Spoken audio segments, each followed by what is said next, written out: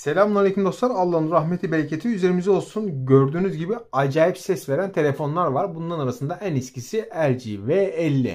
Şimdi LG'yi biliyorsunuz, zamanında telefonlarda acayip ses veren bir markaydı. İşte zamanında öyleydi. Şu an Xiaomi'ler ortalığı kasıp kavuruyor. Yani en kötü telefonuna bile acayip bir hoparlör koyuyor ve çok güzel ses verebiliyor. Şu an iPhone 13 Pro Max, Mi 11 Pro, Mi 11, bunların üçü kanalda değişik şekilde testlerde oldular. Ama iki Mi 11 Pro ve Mi 11 hiçbir zaman yan yana test yapılmadı ve ben bunu çok merak ediyordum. Çünkü neredeyse birebir özelliklerde olan iki telefondu. Sadece bunun kasası daha ince, bunun kasası biraz daha kalın. Sese etki edecek mi acaba bu? Bunu merak ediyordum. Her iki cihazda da Harman Kardon ses sistemi var. iPhone 13 Pro Max'i zaten biliyorsunuz, en son yaptığımız ses testlerinde ortalığı yıkıp geçmişti iPhone 13 Pro Max. Oldukça iyi ses veriyor. Yani bende böyle ses kartı var, bende böyle hoparlör var gibi laflara girmiyorlar. Bizim malımız burada, istediğinizde test edin diyorlar. Bu iki cihazımızsa daha önce kanalda hiç testi yapılmadı. Meizu 18 Pro ve LG V50. Bütün telefonlarımız stereo hoparlöre sahipler. Bütün telefonlarımızda şu an son ses açık. Ses ayarları olabilecek en güzel ayarlara ayarlandı. İlk önce bir desibel ölçümü yapmak istiyorum. Ondan sonra da şöyle bir seslerine bakacağım. Valla spoiler vermek istemiyorum. Aslında ben bunların seslerini 3 aşağı 5 yukarı dinledim. Şu an hangi telefon daha güzel ses veriyor, iyi kötü biliyorum. Şöyle başlayalım.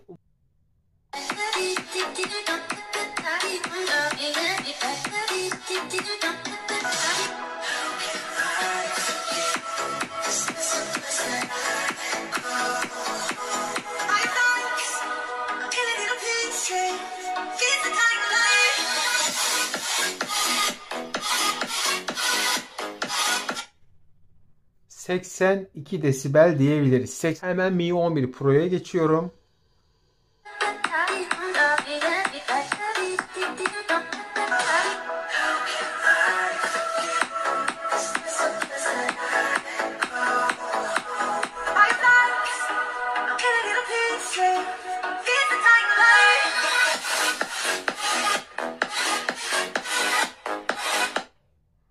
...83 desibel diyebiliriz. Hemen Mi 11'e geçiyorum.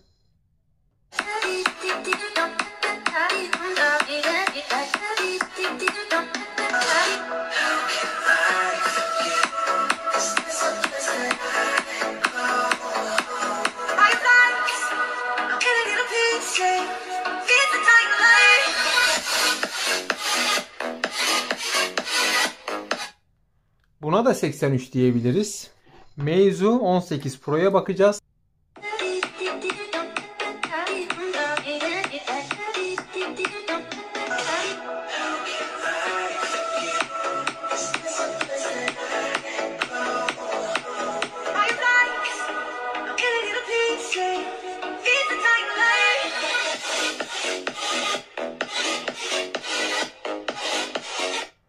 ...81.9, 82 diyebiliriz. Zorlamayla 82 oldu. Mesela iPhone'una da 82 dedik ama 82'nin biraz daha üstüne çıkmıştı. Neyse, Meizu'ya da 82 diyelim. Geldik eski toprağa, LG V50.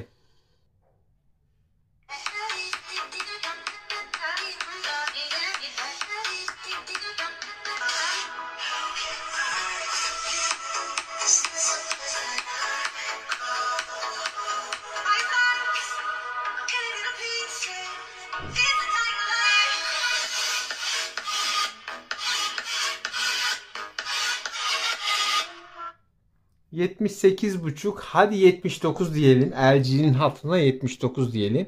Yani üst hoparlöre baktığımız zaman 82, 83, 83, 82, 79 desibel. Bakalım alt hoparlörlerde nasıl bir fark oluşacak. Gene iPhone'la başlıyorum.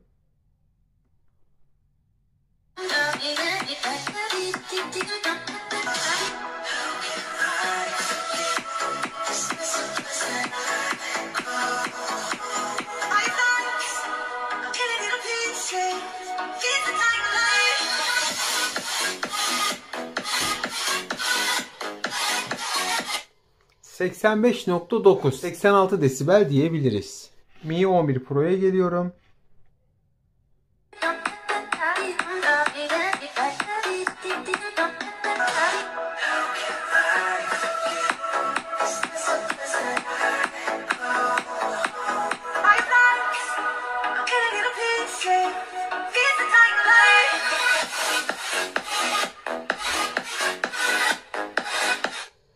86.8, 87 diyebiliriz. Mi 11'e geldim.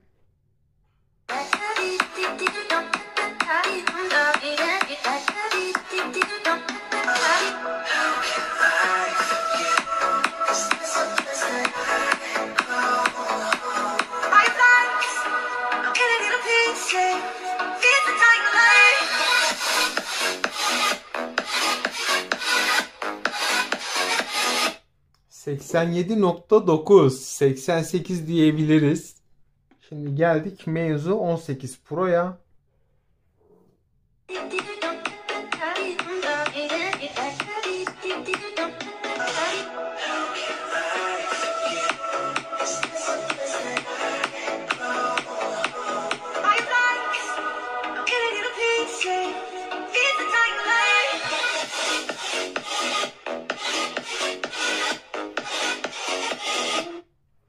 87.4, yani 87.5, 87 mi diyelim 88 mi diyelim bilemedim.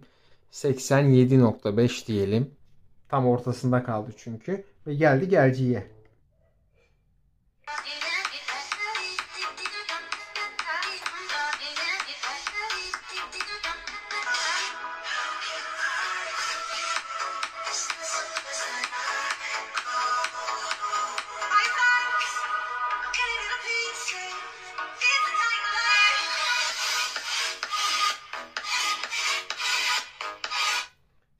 88.3, inanamıyorum, 88 çıktı. Çok enteresan, gerçekten çok enteresan. Şimdi alt hoparlörlere baktığımız zaman 86, 87, 88, 87.5, 88. Yani Mi 11 ile LG V50 88 desibel çıktılar. Çok enteresan. Çünkü LG V50'nin sesi bunların yanında çok sönük kalıyor.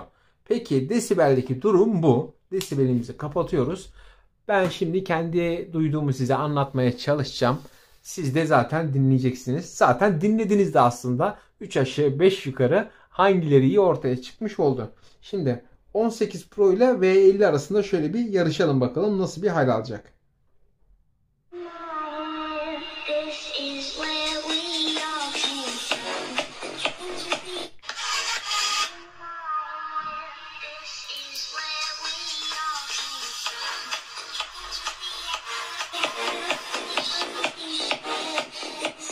Yani zaten 18 Pro LG V50 acayip bastırıyor. Çok enteresan. 88 desibel nasıl çıktı bu alttan? Ben anlayamadım. Yani desibel olarak baktığımız zaman yüksek gibi gözüküyor. Fakat şu an duyduğum sese baktığımda alakası yok ya. Bakın aynı anda başlayacağım. Çok kötü bastırıyor bunun sesi. Bakın. Bunu sokacağım şimdi devreye.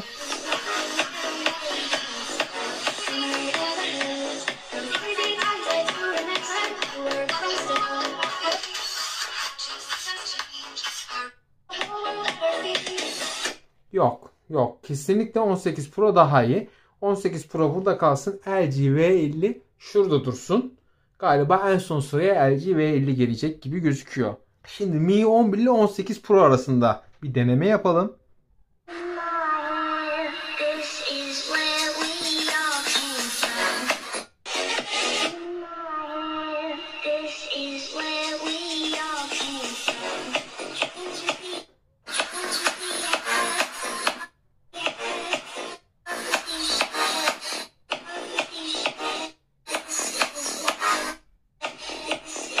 Şöyle söyleyeyim. Mi 11 çok daha tiz tonlarda veriyor. Basslar ikisinde de aynı. İşte bunda tiz ton biraz düşük kaldığı için sanki bas daha kuvvetli gibi geliyor insan kulağına.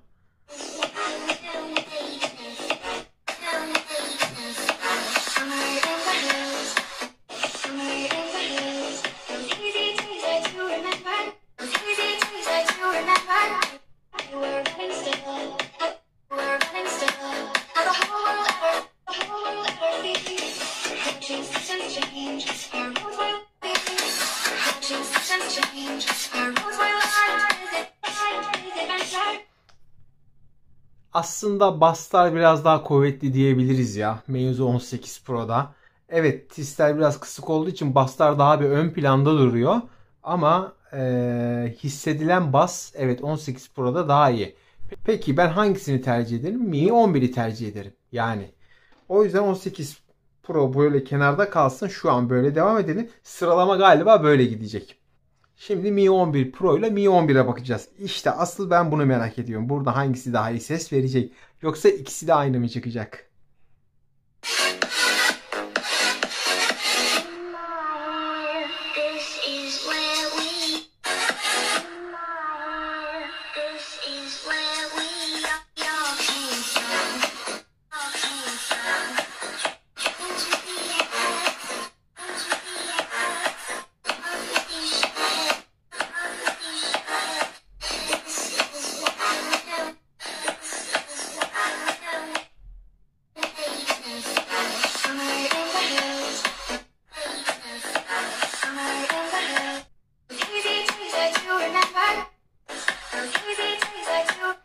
Ya birbirine çok yakın ama Mi 11 daha güzel ya. Çok enteresan. Halbuki aynı olması gerekiyordu. Bütün ses ayarları aynı yapıldı şu an.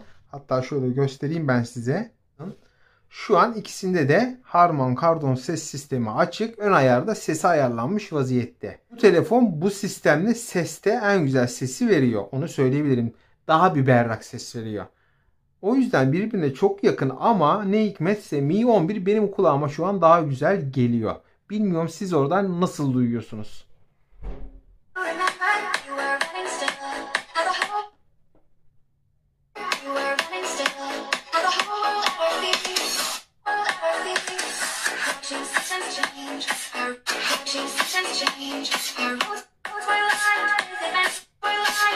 Yok, kesinlikle Mi 11 daha güzel. Şimdi burada yer değişikliğine gideceğiz. Böyle bir durum oluştu. Şimdi Mi 11 ile iPhone 13 Pro Max'e geldik. İşte iPhone 13 Pro Max. Bende Harman Kardon yok. Bende o bu şu kem küm yok. Yani adam sesle alakalı hiç artistik yapmıyor. Peki hadi Mi 11 ile başlayalım.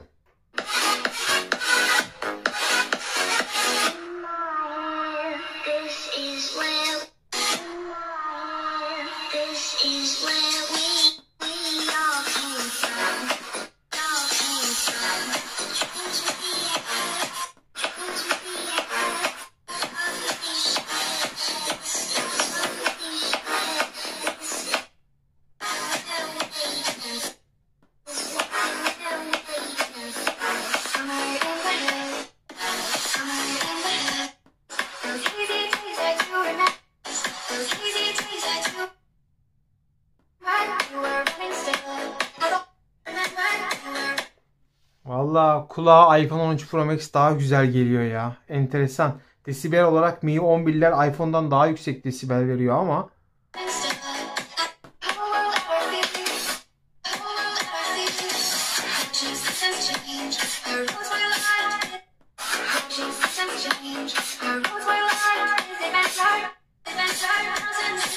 ya daha böyle yankılıymış gibi geliyor iPhone 13 Pro Max'in. Ama şunu söyleyeyim. Bu da hiç fark etmez benim için şu an. Ben ikisiyle de müzik dinlemekten inanılmaz zevk alırım. Keza Mi 11 Pro'yu da buna katabiliriz yani. Yani şu 3 cihazla hatta 18 Pro'yu da katalım buna. Sadece LG V50 gerçekten bunlara göre bayağı eski bir teknoloji kalıyor. Bakar mısınız?